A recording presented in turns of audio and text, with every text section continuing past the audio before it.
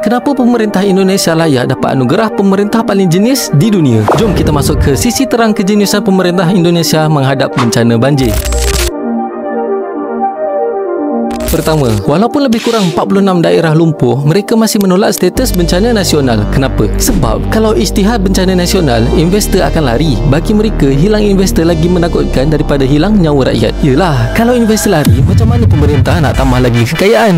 Maksudnya macam mana negara nak dapat income untuk bantu rakyat? Tu namanya prioriti. Kedua, teknik manipulasi tahap kayangan. Walaupun ratusan nyawa melayang, Ketua BNPB cakap bencana ni hanya mencekam di media sosial. Realiti yang terjadi tak penting. Yang penting adalah buat rakyat tetap tenang. Takkanlah mereka nak menipu kan? Mereka cuma nak jaga air muka menteri.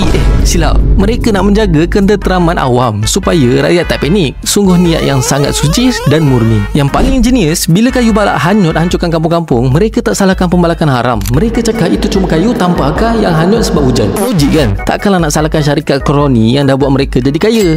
Maksudnya takkanlah nak salahkan syarikat korporat yang dah bagi banyak peluang pekerjaan. Alamlah yang salah, syarikat tak salah. Yang terakhir, mereka menolak bantuan dari negara luar sebab nak menjaga imej negara. Mangsa-mangsa pedalaman yang tengah berlapar kenalah berkorban sikit demi negara. Yang penting ego pemimpin tak tercelah. Bukan. Yang penting kedaulatan dan imej negara tetap terpelihara. Rakyat juga yang akan bangga. Betul tak? Korang tak rasa ini strategi paling jenius ke? So, inilah buktinya